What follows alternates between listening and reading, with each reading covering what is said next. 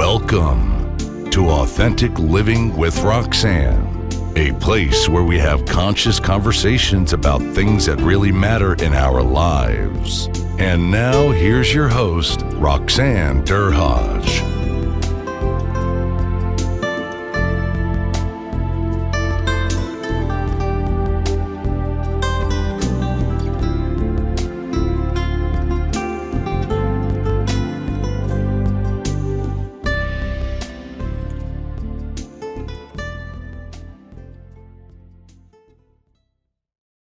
Hi everyone, it's Roxanne again this week. How are you? Thanks for tuning in again.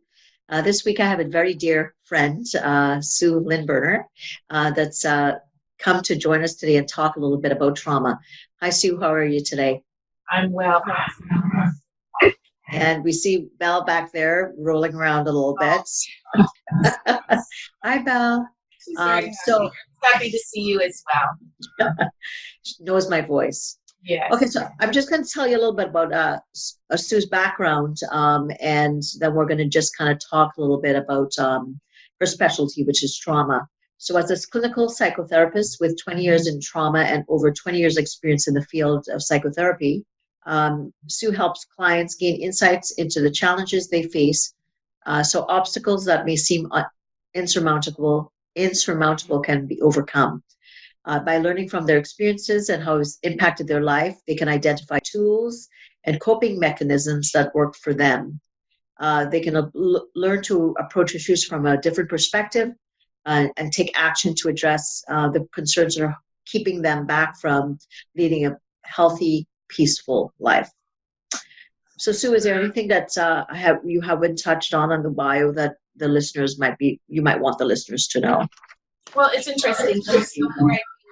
This trauma work we're talking, I think, where what my area focus would like to be for today. And I think trauma in general and how it impacts people. I think what I'm finding more coming into my private practice and when I was working at the sexual assault center are men who have experienced trauma.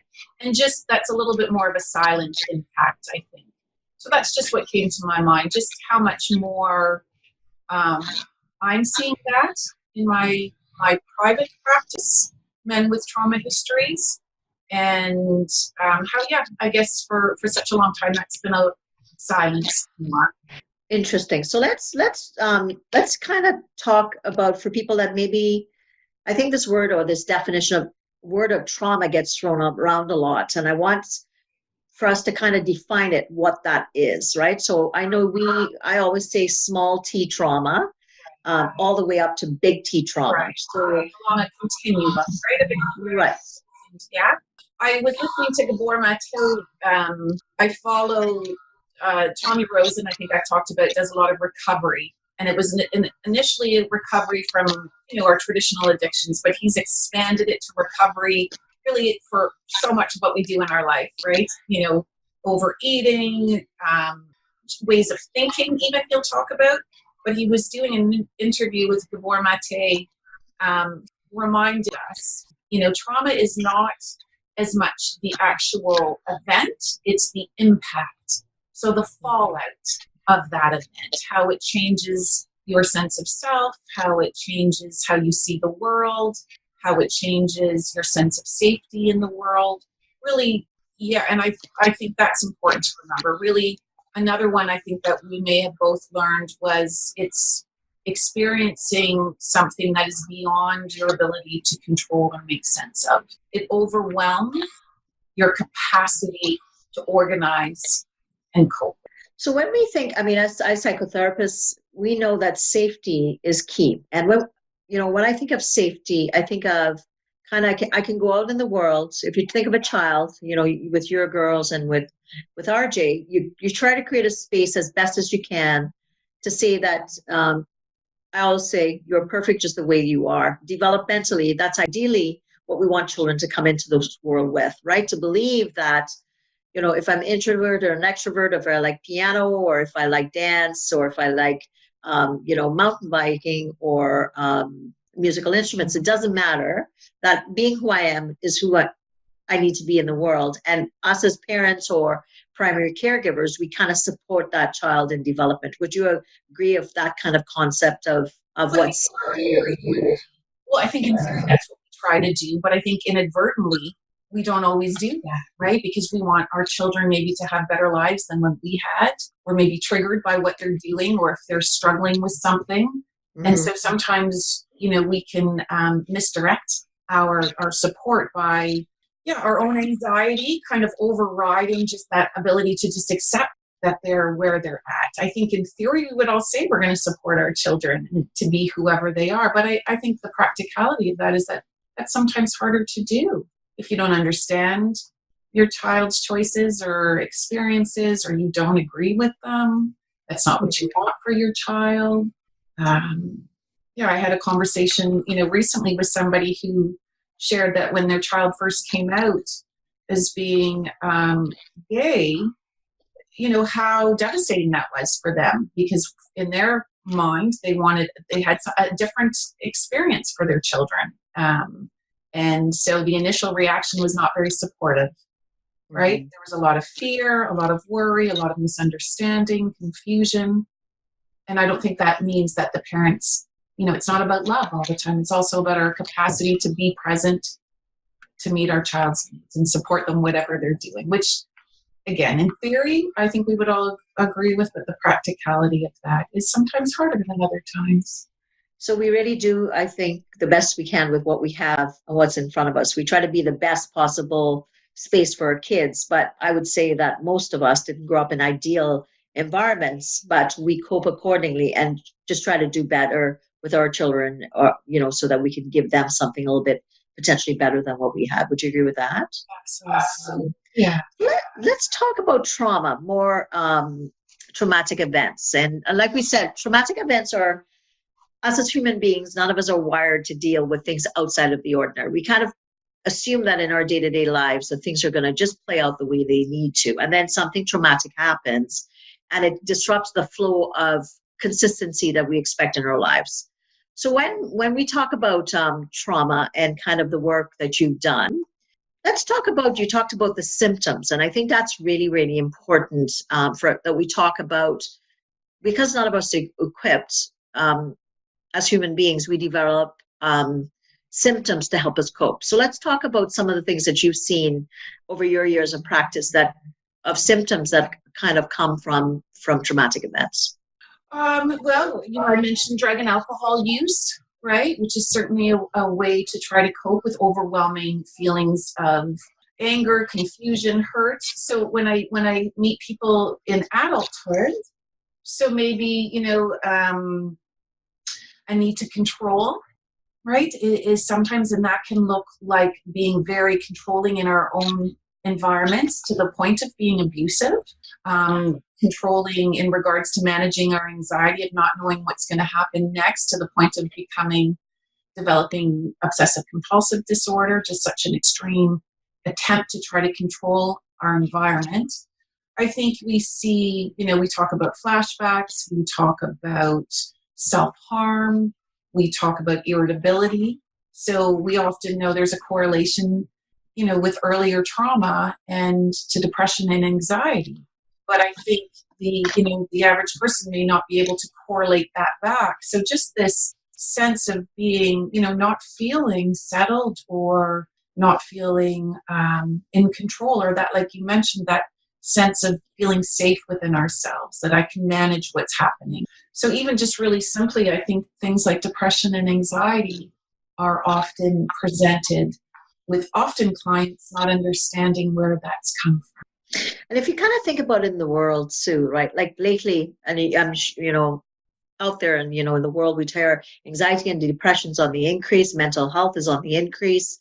So many things are on the increase. And so a significant percentage of that could be related to traumatic events, right? So we know that, like we said, the small t trauma could be something as difficult as I had a loss as a child, to my parents separated, all the way up to complex PTSD, which is something that I know you have specialty in, which is intense childhood neglect, childhood sexual abuse, or just sexual abuse or assault under the age of 5, right? When we kind of look out there, we don't know what's going on with the world in reference to why this increase is, but we can assume that a significant amount of that could be related to sexual abuse. Would you agree with that? Well, the statistic that we use, right, is 1 in 3 women will have experienced sexual abuse, and 1 in 5 men will have experienced sexual abuse. So I think it's much more profound than what I think the average person understands or wants to believe. Right, because that's kind of, I mean, you and I know it because we kind of have been in those worlds, right? But the average person goes, what? What does that mean? If there's 3 people in a room, it's more than likely 1 out of 3 of us as females or 1 out of 5 men. That's a significant amount.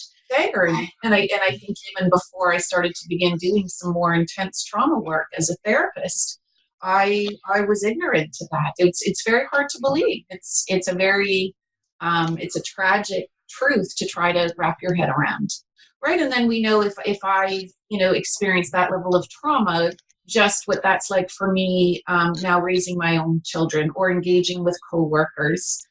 It doesn't take away from my incredible capacity to do my job well and to do aspects of my life very well.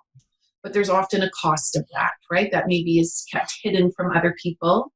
But maybe I have a profound, level of anxiety where I am staying up late and I'm stretching, burning the candle at both ends to try to stay on top of things and to maybe people please is a term we often use for trauma survivors, right? Trying to maintain some kind of control or safety. And yeah. It's interesting because I just watched Whitney Houston's biography. And again, here's someone, like you said, it's 1 out of 3, 1 out of 5 in day-to-day living. But when I looked at her biography, she had obviously suffered from a lot of drug addiction. But they had talked about that she had been abused under the age of 5 by a family member, something that I did not know that was public. Unfortunately, it sometimes takes something like a high-profile person like that, or kind of like what we're seeing with the Me Too movement, for things to kind of start to dialogue out there about what things that you and I have known for years and years being in practice. Right. Since the Me Too movement, how have things been out there that you found in reference to survivors and survivors of sexual abuse? We call them survivors, people that have come forward and sought help. Right. How are people accepting that heightened knowledge that it's actually aware in the world? Are people open? I think people, I think in our community here in Niagara, I think there certainly is more room for conversations. And I also think, one thing that was noted was that at the one of the centers that there was an older population coming in to, there was language given to it. There was a sense of safety in regards to, what was happening, that there was a sense of being able to finally talk about this when maybe there hadn't been the context to talk about it previously. There weren't, we know for men that there haven't always been, places available to talk about things. And I think, for women, I think there's, I think sexual abuse in particular, it's such a specific trauma that unfortunately, I think there's also the possibility that misguided other health professionals or caring people don't always give the right information or have the understanding of the impact that has on your, such a deep root, right? I think, that is the ultimate violation, right? It's a betrayal of your violation of your thoughts, your body, your psyche, your spirit. And whether it happens in childhood or as a single assault, I think it really disrupts somebody's sense of self and how they see the world. So I think with the Me Too, certainly more conversations. I think there's more awareness at different institutions and campuses and of having, those conversations. But I think there's still a long way to go, because I think for the average person, parent, it's something that we don't want to talk about. And You said something about healthcare professionals. What kind of things have you seen, or what should healthcare professionals and people that are listening, not just healthcare professionals, but I would think also people in companies or HR or, things that just people managing other people. What kind of things should I they think if be somebody is aware? disclosing something, right, your role is to listen. And you may not have the capacity to, and it's probably not appropriate for you to pursue it too far, but I think just really creating a safe place for the person to talk about what's going on. You don't have to be the judge and jury in that moment. You just need to have an open ear and really listening without and being mindful. I always think of somebody who shared with me when they first went to tell their doctor, finally after years, I think of wanting to say something. The fact that the doctor, who did not have a lot of specific knowledge, but really listened, right? Mhm. Really listened and then offered a resource. So to the local, the appropriate local treatment center, and just listening, right? Being aware of your body language, not asking questions that could potentially sound like criticism. Why didn't you do something different? Why didn't you stop it? Why didn't you tell somebody? Mhm. Those are things that I hope people have heard now enough in the media. We've talked about those things. I think back to Jian Ghomeshi. We were Mhm. talking about why survivors don't come forward. It's been a long time now. So I hope people understand. They may not fully understand it, but how to just create a space where the person can tell what they need to say So safely. just being compassionate and kind, because oftentimes I'm sure you've heard this about false memory, right? I know as a psychotherapist, I've been asked about that, and I think it just came up the other day at a conversation that was not a psychotherapy kind of group of people, it was just general people, and someone said to me, like, what about those people that lie? And I shared with them, I said, after Sue and I worked at the Nye Region Sexual Assault Center for quite a lot of years, and I said, when you see a woman or a man, and Sue and I also saw men come through those doors, and to be able to start to even connect with us about why they're there, and tend to see us, sometimes it would be years, and relate their story. It was like literally like having root canal every 10 minutes, 60-minute hour. Yeah. um, and then for people to perceive that someone would want to go on that experience is, I said, I couldn't even, perceive that would happen. Yes, there are people that could be, maladaptive with how they're coping with things that would throw off the issue. But generally, the people that we were seeing were devastatingly injured and not well, and had every symptom, every medical symptom related to the trauma, suicidality, all those things. So that false memory syndrome is something that we know is an anomaly, or very, very little, not something for people to be concerned about. If someone's coming forward, like Sue says, just be a human being that says, I hear you. I don't know what to say right now. I wish I knew what to say, even if that's all you can say is, and then to just help them find a resource that could help them. Even so, people say, even just saying, I'm sorry this happened, right?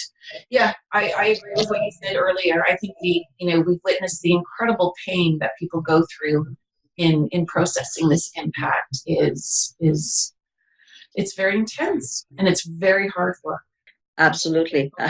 Having us been, I think, been given the gift to be able to share that space with people. And I would say that, and I know you and I both have talked about it over the years, is that it's a privilege to be able to see that we could create a space that potentially could have people start to even experience trust, potentially for the first time in their lives. So, I want you to talk a little bit about, men, because, it's one thing for us to talk about females, and that's, we know that has come along, and it still is a long ways off. But I want for you to talk a little bit about, the specialty that you've developed working with men, and kind of what that space is like for men that have been abused, and what it takes for them to come forward or even to seek treatment. Right. And I just want to go back and just say, in regards to when we think we may have an idea of what somebody looks like who has been sexually abused, and I think that's another myth that is perpetuated. They look just like you and I, right? From all walks of life and all. I think that's the other thing, is that it just touches everybody, sexual abuse. So that's one thing I just wanted to reiterate. In regards to the men, so part of my professional work in regards to working with men has also been to run a survivor group for men. So I was able to help implement it, facilitate it. And I think my experience, one thing I always say about the men's group is that it's incredibly hard to get men to come to, because of the level of stigma, shame, fear of being vulnerable, what that's going to look like, exposed. And inevitably, almost, every person every year rarely wants the group to end, because there's often, for the first time, in the lives of these men, an ability to just be honest, to share, to be open, and to lose that, I think, is hard sometimes when group comes to an end. And again, it's a cross-section of men, from men that have been homeless and drug addicted and alcoholism, to men in very powerful, positions, careers, financially, from very, disadvantaged to very wealthy, to no education to well educated. It's a cross section, and I think for men, we've learned. My partner Fred and I, when we ran the group, we learned very early on that we had to address the myths that are out there, because we realized how impactful they are, and how we still pay attention to these myths that are circulated or perpetuated. And some of those are, which certainly would stop a man from coming forward. We don't hear this for women, but if a man has been sexually abused, he's most likely going to go on and sexually abuse others. Now, we don't talk about that for women, but we certainly perpetuate that myth that occurs. So hence men are afraid then, because they think, if I come forward and I seek treatment, I'm going to be perceived that I will also be an abuser. Absolutely. And I think even for, the men, I've heard this many times, even them believing that. And so not trusting themselves, because there's this, I know I have been abused, and so maybe I will abuse others, when that has never been something that they've done or thought about doing, but this overarching belief that that's what I'm going to turn into. And the tragedy of that men have, for fear, not bonded with their children, for fear, not based on anything internal of themselves, but just this distorted, overarching false statement that is very oppressive to healing, and to, when we talk about that, there's another fallout, right? So we have somebody that was personally directed, who then, that compromises their relationships with others, their other family members. I think for men, there's also a belief that men are not supposed to be the victims. They're supposed to be strong.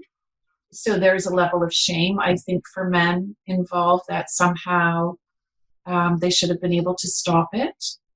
Men aren't supposed to cry, right? That, suck it up, get on with it.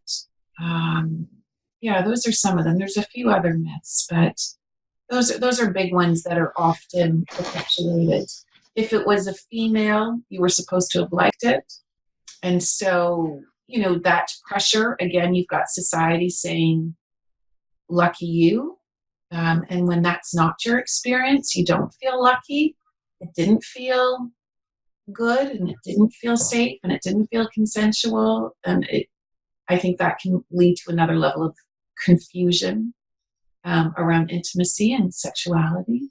Let's talk about, intimacy, because I think that, as you and I know how much it affects things.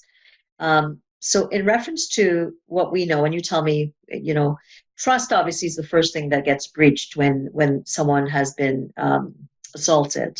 And I think Roxanne, that people don't always understand, right? I think we Okay. tend to think of the physical aspect, but as we know, often it's by, the breach of that boundary is by often somebody that we know, right? And that we trust. So often it's the betrayal, right? It's this person who said they loved me or showed me that they cared about me or, was my family member. And I did love them. And then there's this breach of that. There's a taking advantage and manipulation of that.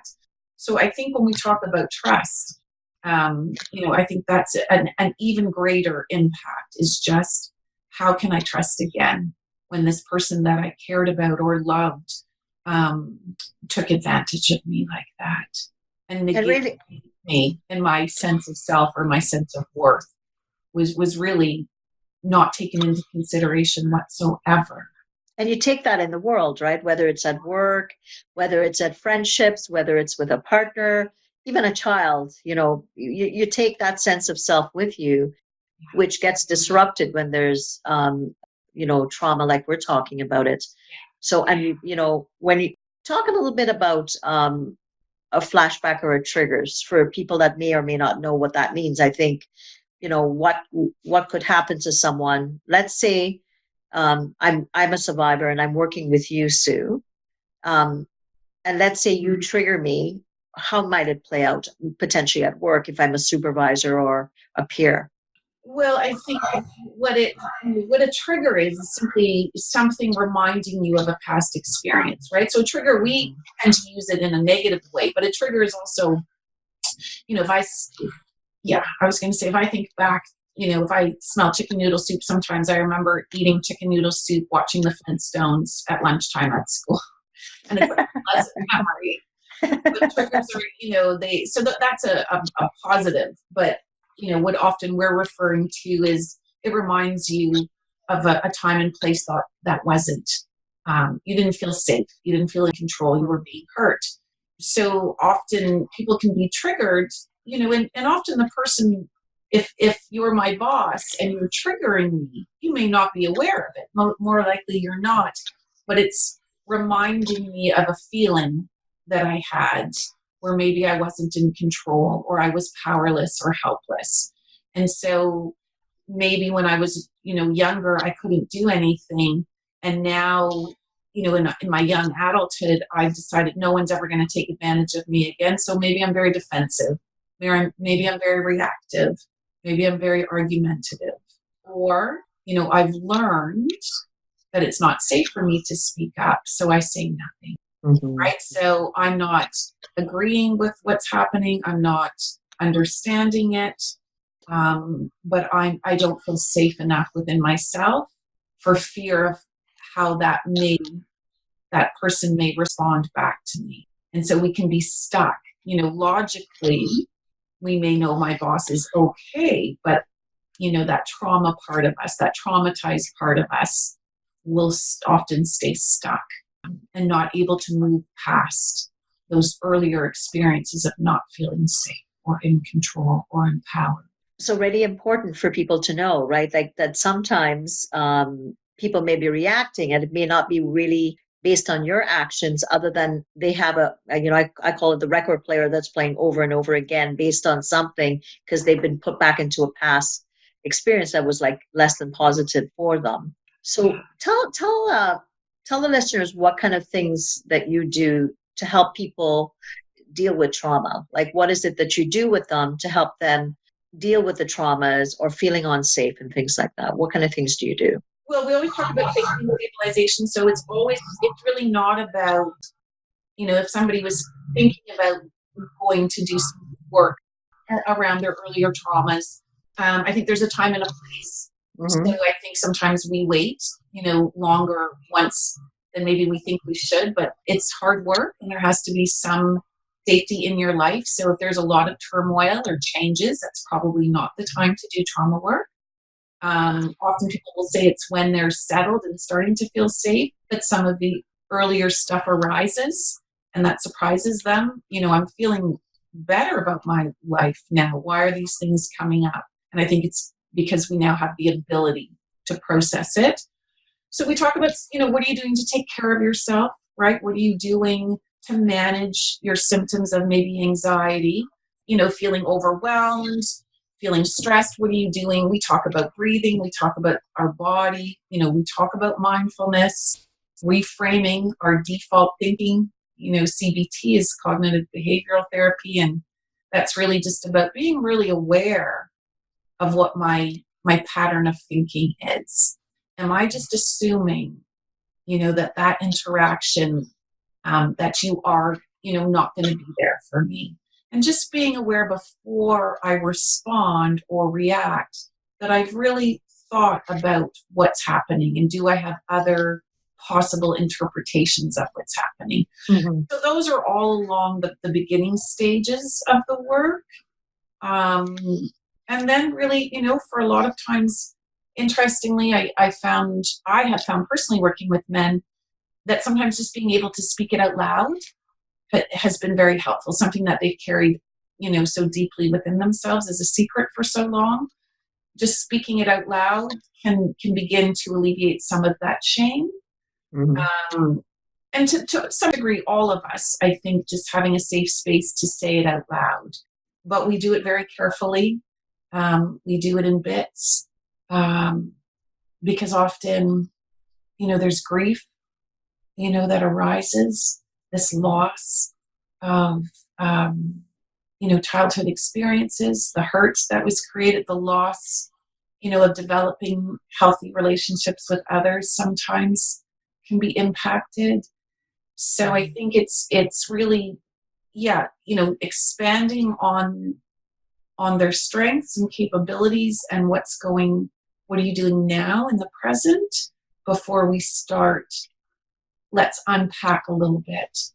And challenging, sometimes as a child, if I've been not treated well, I will default to believing it had something to do with me. So part of the work is really, let's, as adults, really look back at that objectively and really understand what was going on, and really, how was that your fault? And what could you have done differently? Probably nothing, because you were a child, even up to teenage years, right? Like, we really don't have a lot of control. We were raised to listen to adults, defer to adults, and that's specifically sexual abuse that I'm talking about right now. But yeah. So I'm just curious, right? For people that maybe are listening and thinking, I have young children, right? And I'm uncomfortable talking about this stuff or whatever. What kind of things would you say as a psychotherapist that they should consider when, we don't want to obviously worry your children, but we want to equip them with certain things. So what kind of things would you suggest to parents that might come or want to chat about how they should approach the subject with children? Well, I think you can model, healthy boundaries, right? Respect. So if your child wants to get, changed in the bathroom with their brother or sister joining them, really, really assisting with setting up boundaries and privacy. I think being really aware of what we're modeling. So, if I want, again, if I'm walking in on my child and at some point they're uncomfortable with that, instead of us, it's fine, I'm your mother or I'm your father, really respecting that, giving them choices and just modeling, respecting their choices. I think that helps develop. I have a sense of self, right? There's value in my parents honoring what I'm saying. And of course the choices are geared to, do you want to wear the blue top or the red top? That change. But I think if we can start as young as possible, we develop a child that is aware that they have a sense of agency in the world. I think, as much as a parent can, to talk about body part, right, appropriately, with the appropriate term. You use the proper words versus pet words for your private parts, so that children understand exactly what you mean, because I think a lot of times people are intimidated themselves to say the words, so they skirt around it. But to know that that's actually part of educating your child as much as possible, along with the boundaries that this is your body and these are your parts, and to know that, to say to someone that you don't touch me in certain parts of my body, but to use the real language.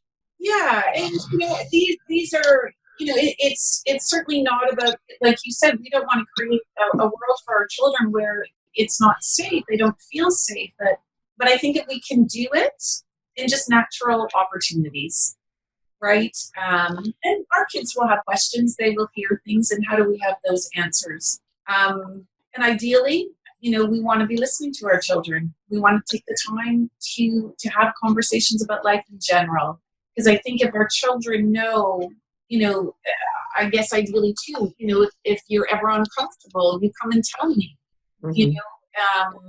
There are a lot of resources online for parents to access, depending how comfortable you are.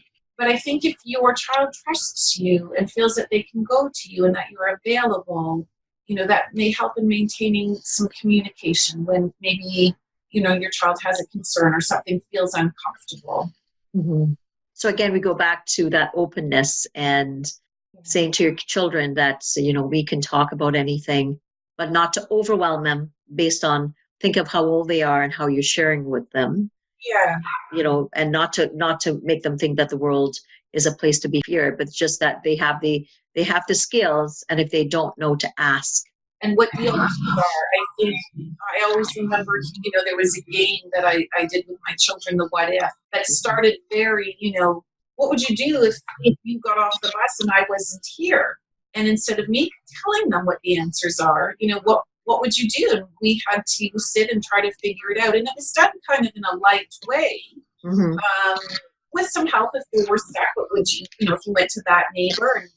And I think that just also, teaches our children to trust their thinking, to practice that kind of processing. And I think, maintaining a time where you can sit and just talk about how things are going and what's coming up in the news and what did you learn at school. And the other one that, I personally I feel pretty strongly about is, I think there was a generation where, go hug Uncle Mike or kiss your grandmother, and we would never let our child not do that because we were embarrassed. And I think there's something about really allowing our child to decide. Mm-hmm. You know what? And I think there maybe was generational, but kind of forcing us as kids to go hug and kiss everybody, whether we wanted to or not. And maybe there's other ways of maintaining a respectful greeting that don't include just being mindful. If a child doesn't want to, like, being aware of our own, maybe I'm embarrassed because my child's not listening, but just being aware of that. Maybe there's a way I can support my child.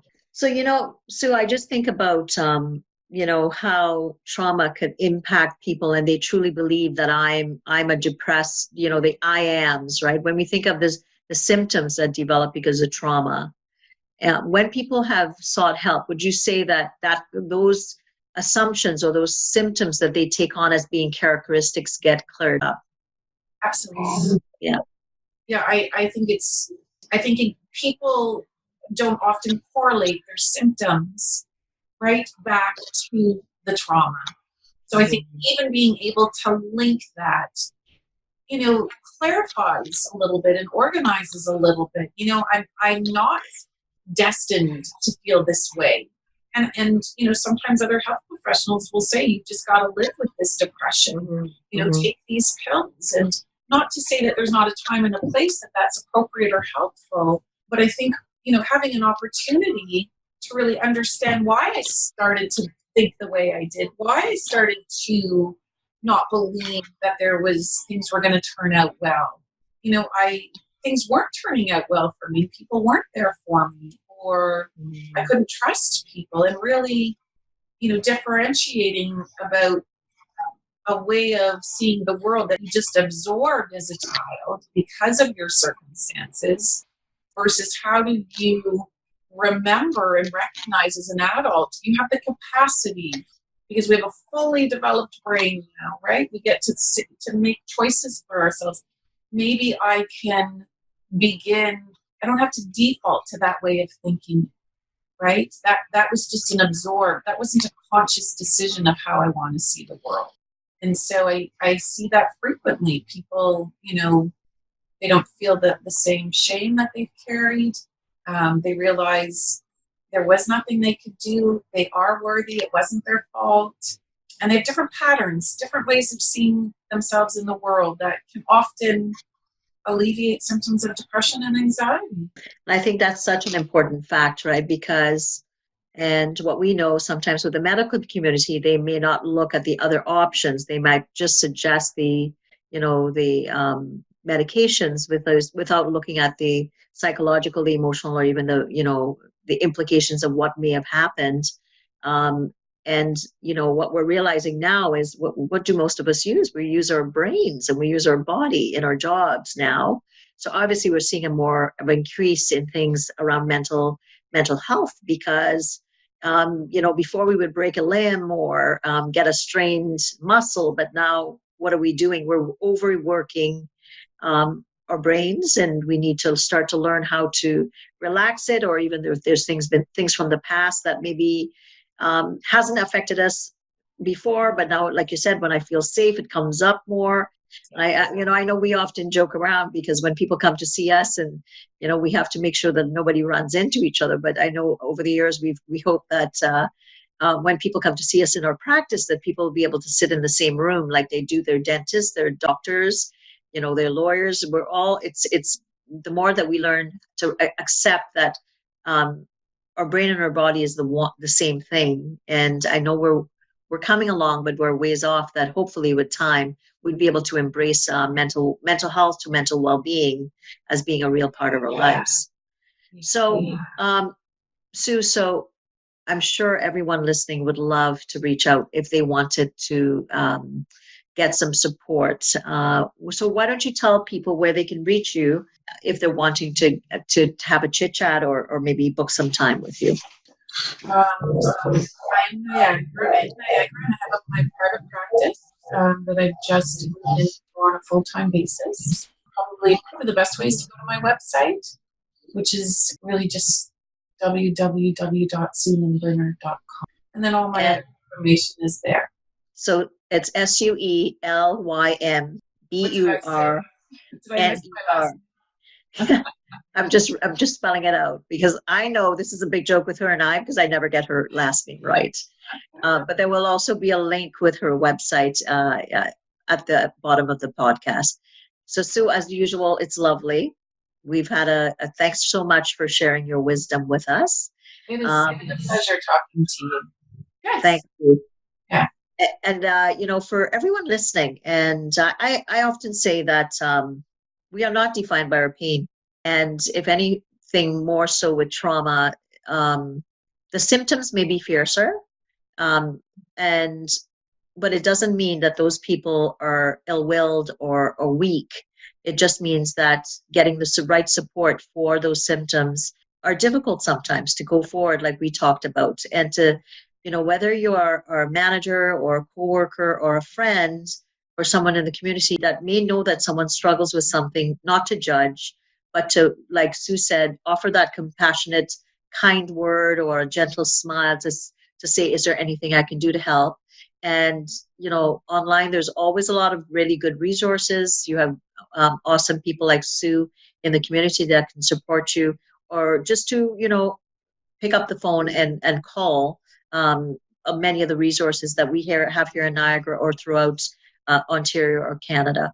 So again, know that you are not defined by your pain, and that being authentic is something that we all are born in the world with it. And sometimes our experiences might tarnish those things, but to know that once you clear that pain, whatever it is, the real you is there. So thanks again for tuning in to Authentic Living with Roxanne. If you're needing more information on me, I'm a keynote speaker and a trainer.